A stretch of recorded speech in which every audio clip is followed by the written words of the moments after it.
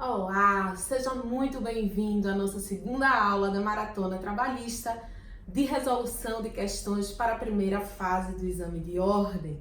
Espero que você tenha gostado da aula de ontem, fiquei muito feliz com a sua presença e hoje a gente vai seguir resolvendo mais 5 questões de exames da OAB. Acredito que você já recebeu meu e-mail, já respondeu as questões e agora a gente vai ver as alternativas corretas, fazendo uma revisão geral sobre os temas abordados em cada uma das questões. Vamos lá? Primeira questão. Jorge trabalhou para a sapataria Bico Fino Limitada de 16/11/2017 a 20 de março de 2018. Na ocasião, realizava a jornada das 9 às 18, com 15 minutos de intervalo. Ao ser dispensado, ajuizou a ação trabalhista, reclamando o pagamento de 1 hora integral pela ausência do intervalo, além dos reflexos disso nas demais parcelas intercorrentes do contrato de trabalho. Diante disso, e considerando o texto da CLT, assinale a afirmativa correta. A gente está trabalhando aqui com a hipótese de intervalo intra-jornada, que é aquele intervalo que o empregado tem dentro da jornada de trabalho. Esse intervalo, que é estabelecido lá no artigo 71 da CLT, ele tem uma regrinha que é importante a gente relembrar. Quem trabalha de 0 a 4 horas não tem direito a nenhum intervalo intra-jornada para repouso ou alimentação. Os que ultrapassam 4 horas, ou seja, mais de 4 até 6 horas, vão ter direito a 15 minutos de intervalo intra-jornada.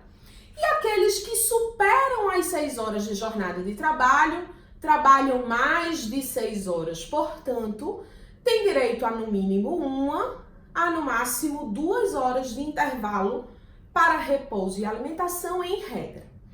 Então, no caso em tela, a gente tem a informação de que Jorge trabalhava de 9 às 18.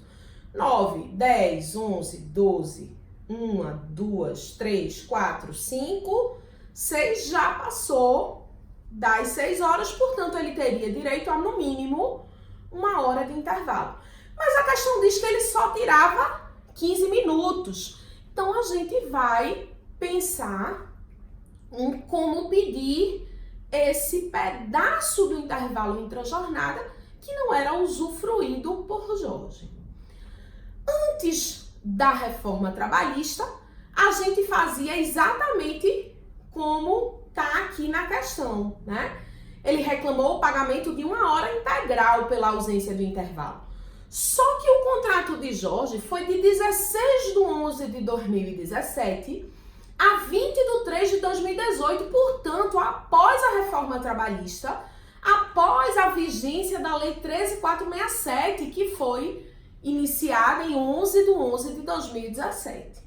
Portanto, não se aplica a Jorge a regra que foi requerida por ele, mas sim o parágrafo 4º do artigo 71, que eu coloquei para vocês aqui, que diz justamente que se houver supressão do período do intervalo, o trabalhador vai ter direito apenas à diferença, ou seja, a parte do intervalo que não foi usufruída.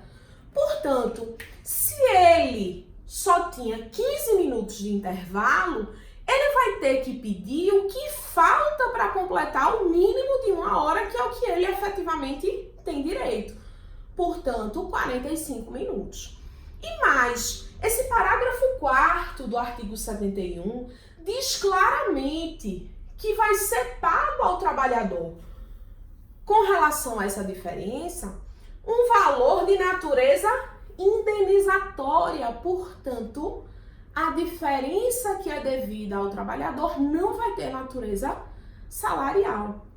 E mais, ele diz que essa diferença vai ser paga com o acréscimo de 50%. Portanto, vamos dar uma olhada nas assertivas que foram trazidas pelo examinador lá no 25º exame de ordem. Letra A. Jorge faz jus a 45 minutos, acrescidos de 50%. Porém, sem os reflexos dada a natureza jurídica indenizatória da parcela. Perfeito. Essa é justamente a resposta. Vamos buscar os erros das outras? Letra B.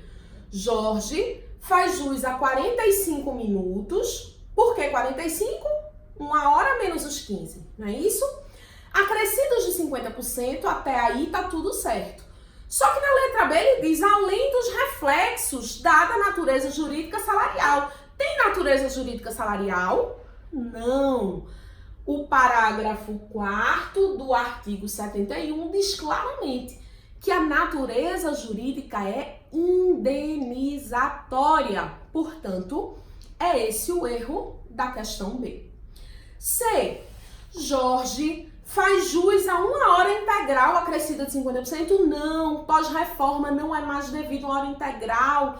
A súmula do TST que trata sobre o tema é contra a legislação em vigor, portanto, não há mais o direito a receber 1h integral na hipótese de gozo parcial do intervalo intra-jornada. E a letra D é a mesma coisa. Faz jus a 1h integral? Não. Ele só faz jus aos 45 minutos que restavam para completar o mínimo de 1h de intervalo previsto na legislação. Tranquilo? Podemos ir para a segunda? Vamos lá. Em 2018, um sindicato de empregados acertou em acordo coletivo com uma sociedade empresária a redução geral dos salários de seus empregados em 15% durante um ano. Nesse caso, conforme dispõe a CLT. Vamos virar aqui.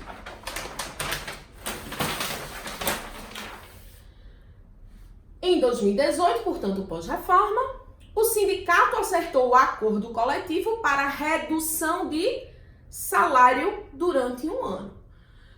A gente sabe que pós-reforma trabalhista, o raciocínio do direito do trabalho foi alterado porque passou a ficar estabelecida a prevalência do negociado sobre o legislado. Portanto, o que é negociado com o sindicato prevalece em face da lei. Quando a gente está falando de redução salarial, antes mesmo da reforma trabalhista, a gente já tinha autorização no artigo 7º que, mediante acordo ou convenção coletiva, fosse realizado a diminuição, a redução salarial do trabalhador. Então, não há muita novidade, de fato aqui está prevista essa redução por base de um acordo coletivo. Ok. Mas o que é que a gente tem que observar? O que é que há de novo e que foi buscado pelo examinador nessa questão? É que o artigo 611-A da CLT, que diz de modo exemplificativo aquilo que pode ser negociado em prevalência do legislado, ele estabelece lá no parágrafo 2º que, em regra, não é necessária qualquer contrapartida para o trabalhador, havendo uma cláusula de negociação que lhe seja menos favorável do que a lei. Era muito comum, antes da reforma, o raciocínio de que qualquer redução de direito do trabalhador tinha que ter uma compensação para justificar aquela perda que tinha ocorrido por meio da negociação coletiva. Com a reforma trabalhista e essa nova redação que foi estabelecida pelo artigo 611-A, que foi incluída pelo artigo 611-A da CLT, não se faz necessária nenhuma compensação. Então, havendo uma negociação, ela prevalecerá sobre o legislado, desde que não esteja nas hipóteses proibidas pelo 611b, e não é necessário que o sindicato faça qualquer compensação. Porém, lá no parágrafo 3º, o artigo 611A estabelece uma exceção importante. Ele diz que se houver negociação sindical para a redução de salário, deve ser concedida na negociação coletiva uma contrapartida ao trabalhador, que é justamente uma proteção contra a dispensa imotivada. Portanto, se houver negociação coletiva para a redução de salário, o próprio legislador disse que deverá haver a previsão de uma proteção contra a dispensa imotivada desses empregados enquanto durar a redução salarial. Visto isso, vamos lá para as alternativas. Letra A. Uma contrapartida de qualquer natureza será obrigatória e deverá ser acertada com a sociedade empresária? Não, a gente viu que o parágrafo 2º diz claramente que a inexistência de contrapartida não gera nulidade, ela não é necessária. B. A contrapartida será a garantia do emprego a todos os empregados envolvidos durante a vigência do acordo. É mais ou menos o que diz o parágrafo 3º. Quando ele fala em garantia de emprego, né, ele está falando justamente dessa proteção à dispensa imotivada que está prevista lá no parágrafo 3º do 611A. Portanto, a letra B é a nossa resposta correta. Vamos ver as outras alternativas para encontrar o erro. C. A existência de alguma vantagem para os trabalhadores para validar o acordo será desnecessária. De fato, é desnecessária. Tá certo, mas não completo. Por quê? Porque o enunciado fala expressamente que o que foi negociado foi redução salarial. E o parágrafo 3º diz que no caso de negociar redução salarial, não é necessário, haverá a previsão de garantia de emprego, mais precisamente proteção contra dispensa imotivada. Então é por isso que a letra C está errada, porque aqui a gente está falando de redução salarial. E no caso de redução salarial, tem previsão específica no parágrafo 3º. Letra D. A norma em questão será nula, porque a redução geral de salário somente pode ser acertada por convenção? Não. Pode ser convenção ou acordo coletivo, não tem nenhum problema. Portanto, resposta à letra B de bola. Vamos para o terceiro.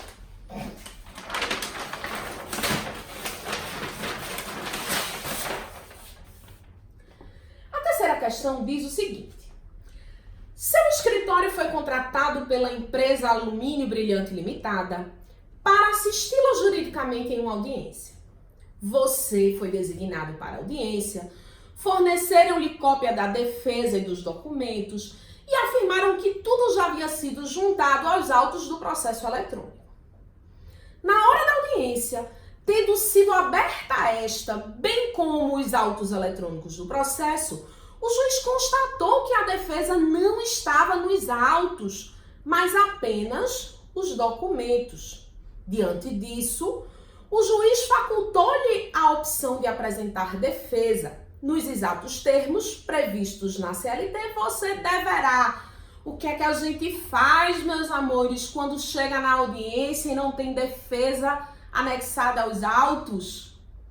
Faz uso do 847 da CLT, que diz claramente que é possível, mais precisamente é a regra na expressão legal, que o advogado faça a defesa oral, verbal na audiência no prazo de 20 minutos. Então, é possível, é legalmente previsto que a gente faça uma defesa, uma contestação verbal na própria audiência em 20 minutos.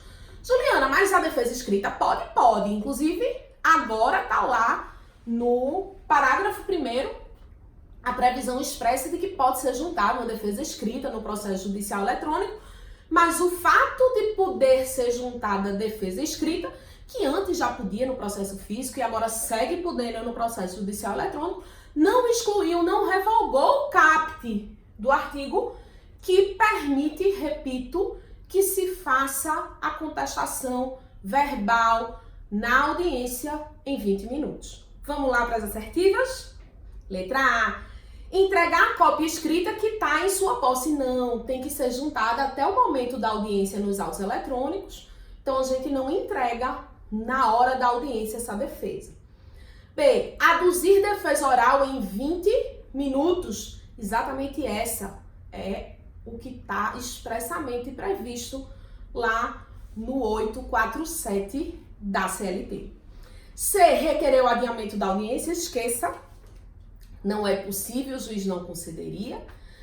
Requerer a digitalização da defesa para a juntada no processo, não. A juntada tem que ser feita até a audiência. Então, o correto é fazer a defesa oral em 20 minutos. Ok? Em até 20 minutos, obviamente. Vamos para a questão 4. Quando ajuizou reclamação trabalhista em desfavor da sociedade empresária Cetro Dourado Limitada, na qual trabalhou por 5 anos e 3 meses na condição de vigia noturno. A sociedade empresária não compareceu à audiência, daí porque o pedido foi julgado procedente à sua revelia.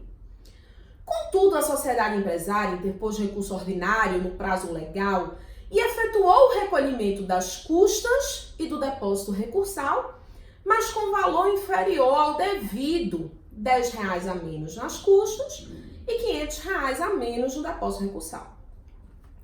Com base na situação retratada, na lei e no entendimento consolidado do TST, assinale a afirmativa correta. Queridos, essa questão aborda o texto da OJ 140 da SDI 1 do TST, que teve a sua redação alterada após a edição do CPC de 2015. Antes, não existia qualquer tolerância com relação ao preparo do processo. Se não tivesse sido depositadas as custas e depósito recursal no valor exatamente correto, nem o princípio da insignificância era aplicado ao processo do trabalho. Mas com o advento do CPC 2015, houve a modificação dessa OJ, que expressamente passou a prever que só haverá a deserção do recurso se, após concedido o prazo, que é de 5 dias, não for feita a complementação do depósito ou das custas, nesse caso, de ambos. Então, a OJ 140 da SDI 1 do TST, ela diz que, havendo preparo insuficiente, seja com relação às custas, seja com relação ao depósito recursal, deve-se abrir prazo de 5 dias para que aquele que recorreu e não cumpriu o requisito do preparo da forma adequada, complemente e comprove o pagamento correto da diferença que é devida para que o preparo esteja devidamente recolhido. Visto isso, vamos lá para as alternativas. Letra A. O recurso não pode ser conhecido porque houve revelia. Assim, a sociedade empresária fica juridicamente impedida de recorrer? Não, falso. Ela pode recorrer, sim. Ela recebe o processo no estado em que tomou ciência e pode sim recorrer. Eventualmente, ela pode até alegar uma nulidade de citação, não tem nenhum problema. Ela pode recorrer. B. Na Justiça do Trabalho, não existe possibilidade de se sanar vício referente à diferença do preparo, motivo pelo qual o recurso será considerado deserto. Falso, isso era antes do CPC. Houve modificação no texto da OJ e, portanto, a assertiva está errada. C. o juiz deverá assinalar prazo de 5 dias para que a sociedade empresária efetue o recolhimento da diferença das custas e do depósito recursal sob pena de deserção. Ok, efetue o recolhimento e comprove, né? Não basta recolher, a gente tem que recolher e comprovar. Mas não tem nenhum erro na assertiva, portanto, é essa a nossa resposta correta. Letra D. Em tese, seria possível que a sociedade empresária recolhesse a diferença nas custas, mas não há previsão jurisprudencial de prazo para complementar o depósito recursal. Falso, tem sim, OJ 140 da SDI 1 com texto modificado pós-CPC 2015. Então, nossa resposta seria a letra C e ela estaria absolutamente correta se além do recolhimento tivesse menção à comprovação, porque é justamente isso que diz a OJ. A parte vai ter 5 dias para complementar e comprovar o recolhimento da diferença do preparo, ok? Vamos lá para a última questão.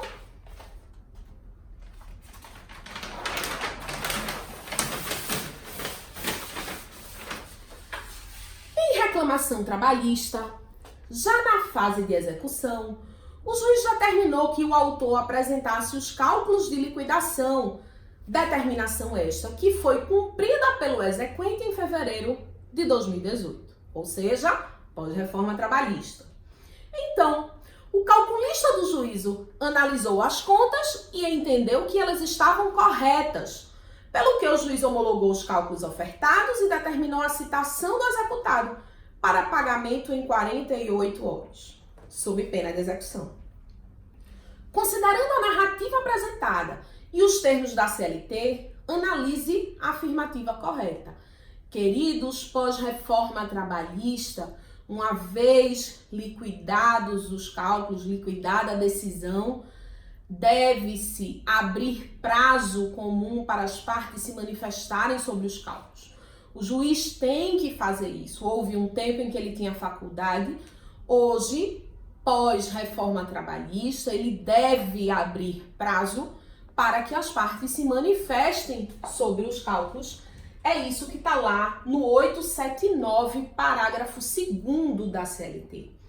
Diz o artigo que elaborada a conta e, portanto, líquida a decisão, deve o juiz abrir prazo para, em 8 dias, as partes apresentarem impugnação fundamentada que tanto deve discutir os itens que estão sendo questionados, quanto os valores sob pena de preclusão, tá? Então, tem que abrir prazo para as partes se manifestarem sobre esses cálculos e se elas não fizerem de forma fundamentada, apontando os itens e valores com os quais discordam, haverá preclusão da discussão do valor da liquidação, ok? Vamos lá para as assertivas? Letra A. Agiu corretamente o juiz, porque as contas foram atestadas pelo calculista como corretas. Falso, ele tinha que abrir prazo. B. Equivocou-se o magistrado, porque deveria obrigatoriamente conferir vista dos cálculos ao executado. Exatamente, ele tinha que abrir o contraditório. C. Uma vez que o juiz do trabalho tem amplo poder de direção e controle do processo, sua decisão está amparada na norma cogente. Não, senhor, tem previsão legal, portanto, falso. D. O juiz tem a faculdade de abrir vista ao executado por 10 dias, mas não a obrigação de fazê-lo. Também está falsa. A previsão legal é de 8 dias para manifestação sobre os cálculos. Tranquilo? Terminamos o nosso segundo dia da Maratona Trabalhista. Mais uma vez eu queria pedir a você que fizesse seu comentário aqui de lado. Recebi um pedido ontem para a gente trabalhar mais sobre recurso e atendido esse pedido, a gente incluiu a questão 4 aqui na nossa aula de hoje. Portanto, deixe seu comentário, diga a mim se gostou da nossa aula, o que é que você quer ver por aqui, que dúvida ficou, porque eu vou ter o maior prazer em responder. Beijos, até amanhã para a nossa terceira aula, nosso terceiro dia da Maratona Trabalhista.